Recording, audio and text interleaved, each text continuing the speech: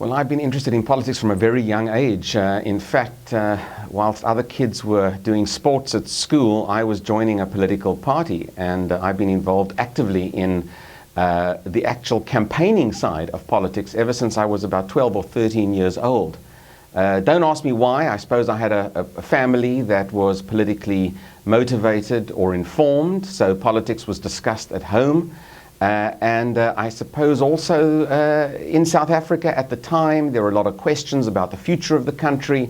There were some big issues surrounding ethics and the humanity of what we were doing in South Africa. And I think that it was a family that had a conscience in a sense, and therefore to express one's conscience on hopefully the right side of history, I was active in politics from an early age.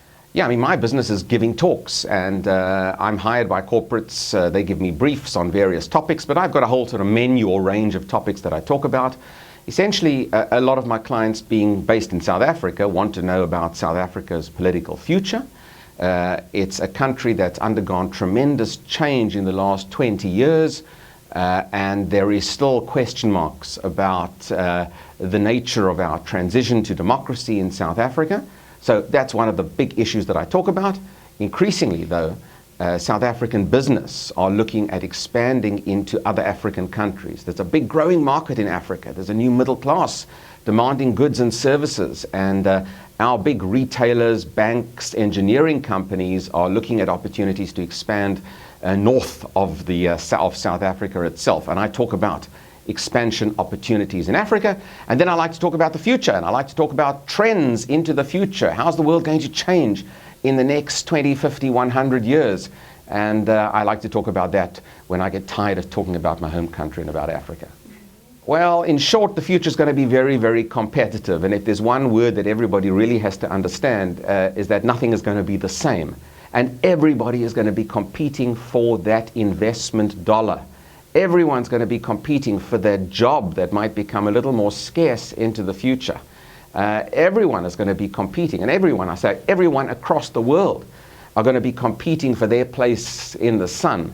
And that's really, I would say, the core issue of the world into the future, is just how competitive it is going to be.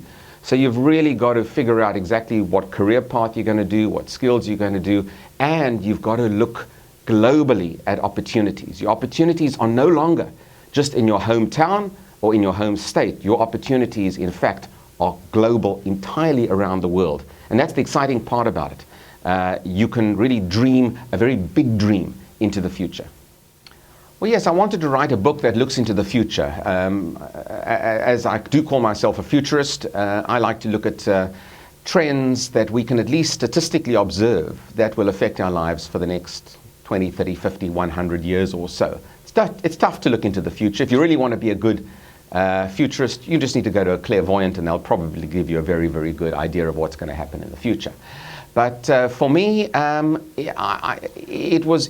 it's essential for business to have a medium to longer term view, not just a short term view. And with rapid change in new developing economies around the world, with rapid change in demographics, the population explosion taking place in high growth areas of this world, not only China and India, but Africa and elsewhere, these are new markets opening up, and they're becoming very exciting. So we need to look at these particular trends in population, in the buying power of these new populations, and where the new consumers of the future are going to be, and how are they going to use technology into the future in order to secure product and information. And all of these issues critical for business, and that's what I wrote about in the book. Well, I think that there's always room for growth. There's room for growth in being a presenter and fine-tuning one's product in front of an audience. And trends that I talk about in future change when it comes to my own product as well. So I think the technical nature of what I do, making my information visually attractive to the audience and also understandable, is always a challenge. So that, I think, is something that really has to be worked on, and I work on that all the time.